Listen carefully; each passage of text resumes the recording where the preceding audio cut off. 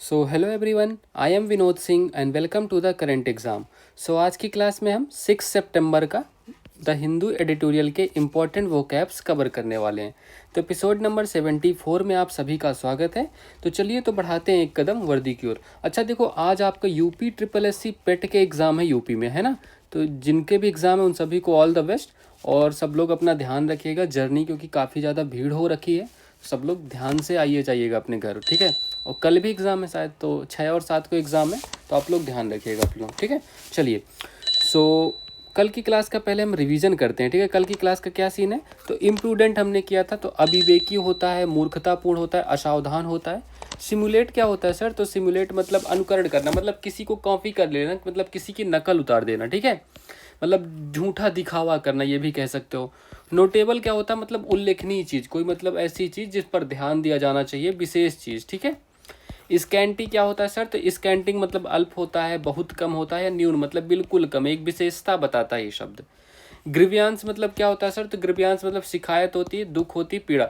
Mostly आप लोग इसको दुख या पीड़ा के संदर्भ में पढ़ चुके होंगे पहले भी, ठीक है। शिकायत भी आपको ध्यान रखना है, ठीक है। चलिए, सो आज की क्लास का पहला वर्ड देखिए फिर।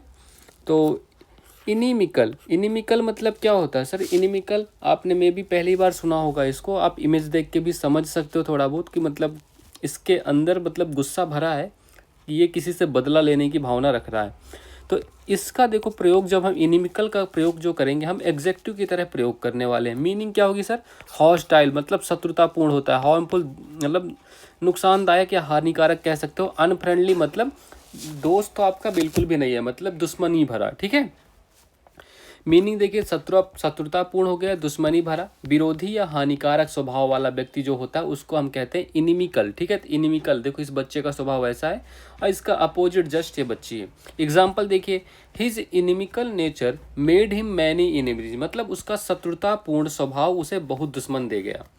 Excessive stress is inimical to health, मतलब अत्यधिक तनाव स्वास्थ्य के लिए हानिकारक है, ठीक है। चलिए, सिनोनिम्स देख लीजिए इसके। तो हॉस्टाइल मतलब शत्रुतापूर्ण हो गया, एडवर्स मतलब विपरीत हो गया, अनफ्रेंडली मतलब अमित्रवत हो गया, हार्मफुल मतलब हानिकारक, अपोज्ड मतलब विरोधी, ठीक है।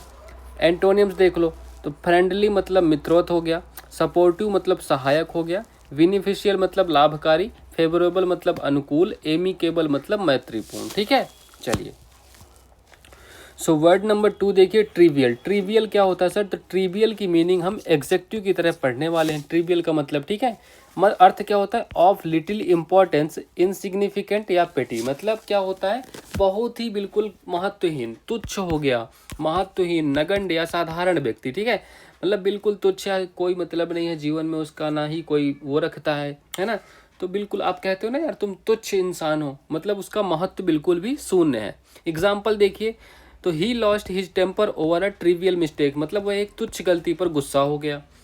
These are trivial matters, don't worry too much, मतलब ये नगण्य बातें हैं, इन पर ज़्यादा चिंता मत करो, ठीक है। ट्रिवियल मतलब नगण्य, तुच्छ, महत्वहीन बातें, या कुछ भी हो सकता है।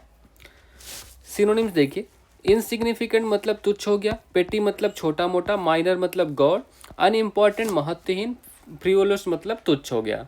एंटोनिम्स देख लो, तो सिग्निफिकेंट मतलब महत्वपूर्ण हो गया, इंपॉर्टेंट मतलब जरूरी हो गया, मेजर मतलब मुख्य हो गया, सीरियस मतलब गंभीर, और मीनिंगफुल मतलब अर्थपूर्ण हो गया, ठीक है। ये ध्यान रखिएगा। चलिए, सो वर्ड नंबर 3 देखिए, तो कॉर्डियलिटी। कॉर्डियलिटी मतलब क्या होता है सर, तो कॉर्डियलिटी का प्रयोग हम नाउन की तरह करने वाले हैं। तो पहली बात तो आपको ये ध्यान रखना, कॉर्डियलिटी मतलब बहुत ही वो कॉर्डियल है हमारे साथ। मतलब क्या हो गया इसका सर, कॉर्डियल का मतलब बिल्कुल मतलब सौहार्द या मित्रता पूर्वक है। मीनिंग देख लीजिए, warmth and friendliness in behaviour, attitude और स्पीच, मतलब उससे बात करने से ही पता चलता है कि वो काफ़ी मित्रवत है। सिंसियर्स, काइंडनेस एंड अफेक्शन, मतलब सौहार्द हो गया, मित्रता हो गया, अपनापन, हार्दिकता दिखाने वाले व्यक्ति, ठीक है। ये आप इमेज देख के समझ सकते हो। एग्जाम्पल देखिए, he greeted us with great cordiality, मतलब उसने हमें बड़े सौहार्द के साथ अभिवादन किया। There was cordiality in their relationship despite differences, ठीक है। इन दोनों के बारे में बात हो रही है, मतभेदों के बावजूद उनके रिश्ते में आत्मीयता थी, ठीक है। चलिए, सो सिनोनिम्स देखिए, तो फ्रेंडलीनेस मतलब मित्रता हो गया, वार्मथ मतलब गर्मजोशी, जेनियलिटी मतलब हंसमुखता, एमिएबिलिटी मतलब मृदुलता, काइंडनेस मतलब दयालुता। एंटोनियम्स देखो तो हॉस्टिलिटी, ये तो अभी देखा, शत्रुता, कोल्डनेस ठंडापन, अनफ्रेंडलीनेस अमित्रता, अलूफनेस मतलब अलगाव, एनिमोसिटी मतलब द्वेष। ठीक है, ये हम कर चुके हैं, ये वर्ड आपको भूल तो नहीं गया, वापस से रिवाइज कर लो इसको। चलिए तो वर्ड नंबर 4 देखिए, डिजिस्ट। डिजिस्ट मतलब क्या होगा सर? डिजिस्ट का प्रयोग हम वर्ब की तरह करने वाले हैं। अब वर्ब की तरह किस अर्थ में प्रयोग होगा? To stop doing something, to cease और रिफ्रेन मतलब किसी चीज को बंद कर देना, रोक देना, परहेज करना, या कोई कार्य बंद करना, या विराम लेना, या रुक जाना। ठीक है, आप इमेज में भी देख सकते हो किसी चीज के रुकने के लिए इशारा दिखाया गया है। एग्जाम्पल देख लीजिए, आपको समझ आ जाएगा। The police ordered the protesters to desist from blocking the road मतलब पुलिस ने प्रदर्शनकारियों को सड़क जाम करने से विराम लेने का आदेश दिया, मतलब सड़क जाम करने से रोक बंद करने को उसको कहा कि मतलब भैया प्रोटेस्ट अपनी बंद कर दो। He desisted from further arguments when he saw it was useless जब उसने देखा कि बहस बेकार है तो उसने आगे बहस करने से परहेज किया, मतलब बंद कर दिया। जब आप किसी को इग्नोर करते हो ना तो वो सामने वाला बोलना ही फिर बंद कर दे, यार यार क्या रिस्पॉन्स ही नहीं दे रहा कुछ, है ना। चलिए सिनोनिम्स देखिए तो सीज मतलब रुकना, स्टॉप मतलब बंद करना, रिफ्रेन मतलब परहेज करना, क्विट मतलब त्यागना, डिसकंटिन्यू मतलब समाप्त करना। ठीक है, एंटोनिम्स देखो तो कंटिन्यू मतलब जारी रखना, परसिस्ट मतलब डटे रहना, प्रोसीड मतलब आगे बढ़ना, रिज्यूम मतलब पुनः आरंभ करना, और कैरी ऑन क्या होता है? चालू रखना। ठीक है, चलिए वर्ड नंबर 5 देखिए सर, इवेंटफुल। इवेंटफुल क्या होता है सर? इवेंटफुल का प्रयोग हम एग्जेक्टिव की तरह करने वाले हैं। इवेंटफुल एज ए एग्जेक्टिव हम इसका प्रयोग करने वाले। मीनिंग देखिए, फुल ऑफ इंटरेस्टिंग, एक्साइटिंग और इम्पॉर्टेंट इवेंट्स मतलब बहुत ही घटनापूर्ण रोचक इवेंट जो होते हैं, मार्क्ड बाई मैनी हैपनिंग और एक्टिविटीज़ मतलब गतिविधियों से भरा हुआ समय, या आप इसको सिंपली आप कह सकते हो बेस्ट इंसान। ठीक है, बेस्ट बिल्कुल बिजी रहना। एग्जाम्पल देख लो तो भैया इसके पास इतना काम है कि ये बिल्कुल इवेंटफुल डे है, इसका मतलब busy day. Our trip to mountains was quite eventful मतलब हमारा पहाड़ों का सफर बहुत घटनापूर्ण रहा। His life has been eventful and full of adventures मतलब उसका जीवन घटनापूर्ण और रोमांच से भरा हुआ था। ठीक है, ये भी आपको ध्यान रखना साथ में। चलिए इसके सिनोनिम्स देखिए तो मेमोरेबल मतलब स्मरणीय हो गया, एक्साइटिंग मतलब रोमांचक, सिग्निफिकेंट मतलब महत्वपूर्ण हो गया, एडवेंचरस साहसिक हो गया, एक्शन पैक्ड मतलब क्रियाओं से भरा। एंटोनिम्स देखो तो अनइवेंटफुल मतलब निर्घटन मतलब कोई घटना घट ही नहीं रही है, बोरिंग मतलब नीरस हो गया, डल मतलब उबाऊ, मोनोटोनस मतलब एकरस हो गया, ऑर्डिनरी मतलब साधारण। ठीक है, चलिए आज की क्लास के आइडियम्स एंड फ्रेजेस देखते हैं। तो अ मैन ऑफ लेटर्स, ठीक है, तो अ मैन ऑफ लेटर्स मतलब क्या होगा? अ लिटरली पर्सन मतलब ज्ञानी व्यक्ति, अ लिटरली। ठीक है, लिटररी, लिटरल मतलब क्या होता है? ज्ञानी, जिसको मतलब बुद्धिमान व्यक्ति को कहते हैं हम। तो अ मैन ऑफ लेटर्स मतलब ज्ञानी व्यक्ति, अक्षरों का व्यक्ति। ठीक है, हॉर्स सेंसर घोड़े का सेंस, घोड़े का दिमाग, इसका क्या मतलब होगा? बेसिक कॉमन सेंस जो होता है उसको हम क्या कहते हैं? Horse sense. ठीक है, बेसिक कॉमन सेंस को हम व्यवहारिक ज्ञान, या जो जिसको कहते हैं यार तुम में तो बिल्कुल कॉमन सेंस ही नहीं है, तो मतलब उसमें हॉर्स सेंस नहीं है, बिल्कुल कॉमन सेंस होता है, उसको हम कहते हैं horse sense. Shot in the और मतलब आपके बाह में मतलब हाथ में आपके गोली लग गई है, तो समथिंग दैट गिव्स इनकरेजमेंट मतलब प्रेरणादायक, मतलब कोई झटका जरूरी है ना, मतलब थोड़ा चोट लगेगी तब तो आपको पता चलेगा ना, बड़ी समस्या से बच के रहना। अगर आपको उसका दर्द नहीं पता तो आप उसके मतलब उससे सावधानी भी नहीं बरतेंगे, है ना। आपको पता है छत से कूदने में हाथ पैर टूटेंगे तो आप थोड़ा दीवार से भी संभल के ही कूदते हो, है ना। चलिए तो catch time by the forelock मतलब क्या होता है? सीज अपॉर्चुनिटी मतलब समय के अंदर काम करना। ठीक है, मतलब कोई अगर आपको मौका मिला, अवसर मिला, अवसर को भुना लेना तुरंत। ठीक है, मतलब catch time by the forelock. ठीक है, शॉट इन द मतलब प्रेरणादायक कोई इवेंट हो गया। गेट ऑन नर्व्स मतलब क्या होता है सर? एनॉइंग मतलब किसी के लिए चिंता या क्रोध का कारण बनना। तो गेट ऑन नर्व्स मतलब किसी को आप बिल्कुल ऐसे इरिटेट करते हो ना, मतलब वो आप कहते हो ना इरिटेशन, जो आप कहते हो इरिटेट करना, यार तुम मुझे बहुत इरिटेट करते हो इसलिए मैं तुमसे ब्रेकअप करना चाहता हूँ या ब्रेकअप करनी चाहती हूँ, तो इसी को कहते हैं ना गेट ऑन नर्व्स। मतलब वो तुम्हारे दिमाग में बिल्कुल मतलब घुसा पड़ा है ना। चिंता या क्रोध का कारण वही है। चलिए फिक्स्ड प्रीपोजिशन करते हैं। मोस्ट इंपॉर्टेंट स्लाइड है ये आपकी क्लास की, इसी से क्वेश्चन बनने ही बनने। यहाँ से क्वेश्चन जानते हो 3 से 4, और सीजीएल की डेट अभी आ गई है। 12 सितंबर से आपके सीजीएल एग्जाम स्टार्ट है ना, आपको पता होना चाहिए। मैंने टेलीग्राम ग्रुप पे कल ही डाल दिया था वैसे। ठीक है, देख लीजिएगा आप उसको, आप अपना शेड्यूल देख लीजिए, अपना एग्ज़ाम सिटी देख लीजिएगा, सब कुछ कंफर्म कर लीजिए। मे बी इस बार भी आपको भारत दर्शन ना करने पड़े, तो मना लो बढ़िया से, अच्छा शहर आसपास मिल जाए सेंटर। तो बिलीव के बाद हमेशा इन का प्रयोग करेंगे, ठीक है, बिलीव के बाद हमेशा इन का प्रयोग करेंगे। इसका प्रयोग किस अर्थ में होता है सर? टू हैव फेथ और ट्रस्ट, मतलब किसी पर भरोसा करना। आई बिलीव इन गॉड, मतलब मैं ईश्वर पर भरोसा करता हूँ। बिलोंग के बाद हमेशा टू का प्रयोग होता है। बिलोंग की मीनिंग क्या होती है? To be a member of, to be owned by, मतलब किसी चीज़ से संबंध रखना, किसी चीज़ को अपना बताना। This book belongs to the library, मतलब ये जो किताब है लाइब्रेरी या पुस्तकालय से संबंध रखती है, ठीक है।